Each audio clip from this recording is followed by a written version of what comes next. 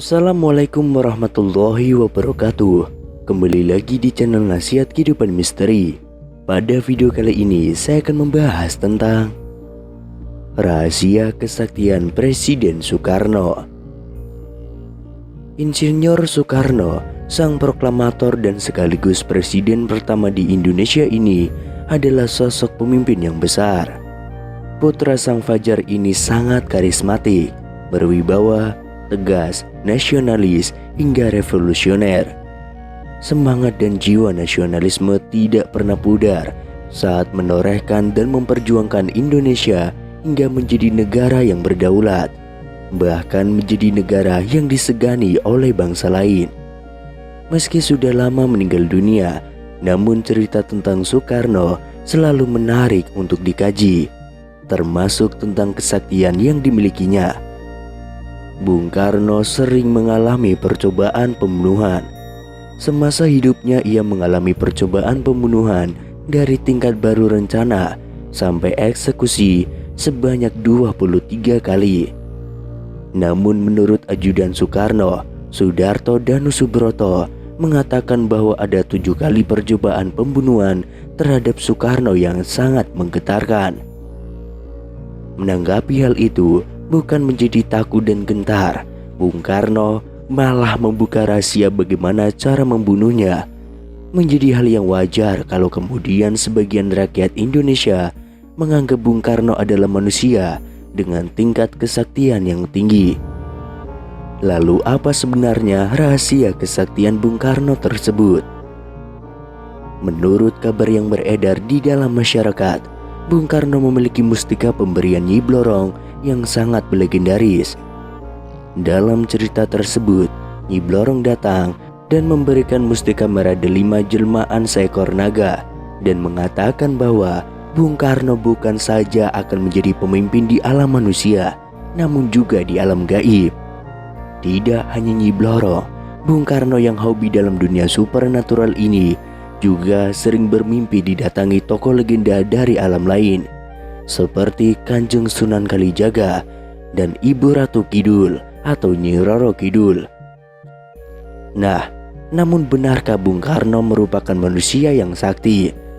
Dengan sejarah sedikitnya 7 kali lolos, luput, dan terhindar dari kematian akibat ancaman fisik secara langsung, menjadi hal yang jamak kalau kemudian sebagian rakyat Indonesia menganggap Bung Karno adalah manusia dengan tingkat kesaktian yang tinggi. Namun Bung Karno menampik jika lolosnya ia dalam berbagai percobaan pembunuhan bukanlah karena bantuan dari alam lain.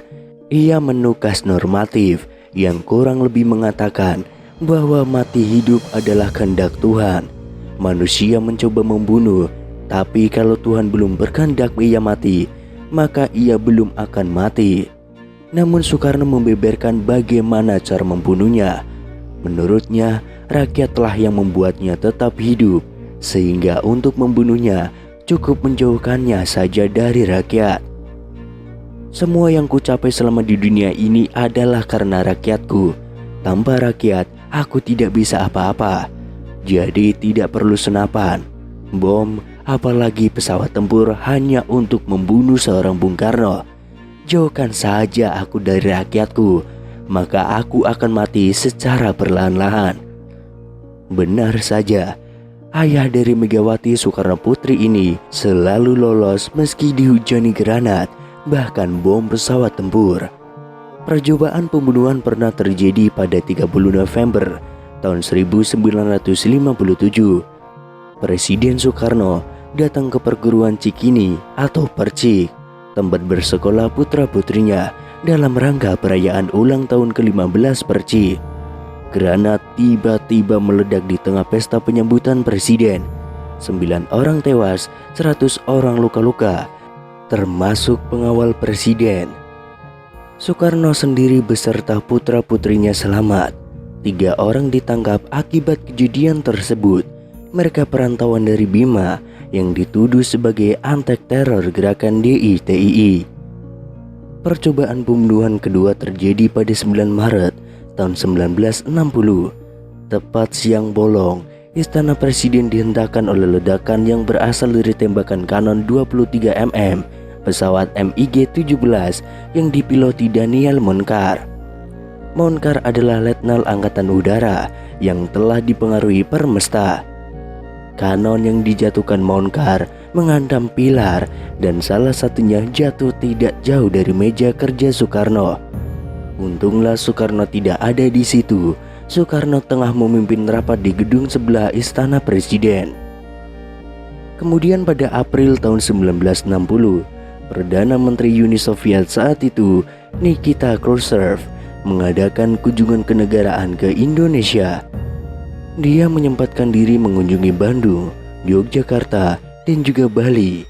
Presiden Soekarno menyertainya dalam perjalanannya ke Jawa Barat. Tatkala sampai di jembatan Raja Mandala, ternyata sekelompok anggota DITII melakukan pengadangan. Beruntungnya pasukan pengawal presiden sigap meloloskan kedua pemimpin besar dunia itu. Pada 7 Januari tahun 1962, Presiden Soekarno tengah berada di Makassar. Malam itu ia akan menghadiri acara di gedung olahraga Mato Angin. Ketika itulah saat melewati Jalan Cendrawasih, seseorang melemparkan granat. Granat itu meleset, jatuh mengenai mobil lain. Soekarno selamat. Pelakunya Serma Markus Latuperisa dan Ida Bagus Suryatenaya divonis hukuman mati. Selain itu, percobaan pembunuhan terjadi pada 14 Mei tahun 1962. Bahrum sangat senang ketika berhasil mendapatkan posisi duduk pada saf depan dalam barisan jamaah sholat Idul Adha di Masjid Baitur Rohim. Begitu melihat Soekarno, dia mencabut pistol yang bersembunyi di balik jasnya. Moncong lalu diarahkan ke tubuh Soekarno, namun apalah daya, jarinya keluh. Dalam sepersekian detik ketika tersadar, arahnya pun melenceng dan peluru meleset dari tubuh Soekarno mencerempet Ketua DPR GR Kiai Haji Zainul Arifin. Kemudian Haji Bahrum divonis hukuman mati, namun kemudian dia mendapatkan gerasi. Dari semuanya itu, Bung Karno tetap selamat, tetap sehat, dan juga tidak gentar. Dia terus saja menjalankan tugas kepresidenannya dengan segala konsekuensinya. Kemudian situasi politik berbalik, menempatkan Bung Karno pada stigma yang buruk. Gerakan demonstrasi mahasiswa yang didukung militer, pemberitaan media massa yang dikontrol Soeharto, membuat Bung Karno semakin terpuruk. Usai ia dilengsarkan oleh sidang istimewa MPRS, kemudian diasingkan di Bogor, kemudian disekap di Wisma Yaso, ia benar-benar menjadi pesakitan. Yang paling menyakitkan adalah karena dia benar-benar dijauhkan dari rakyat. Rakyat yang menjadi nyawanya selama ini. Dengan cara itu pula, persis seperti yang pernah ia utarakan, bahwa Bung Karno akan wafat tanpa kekuatan rakyatnya.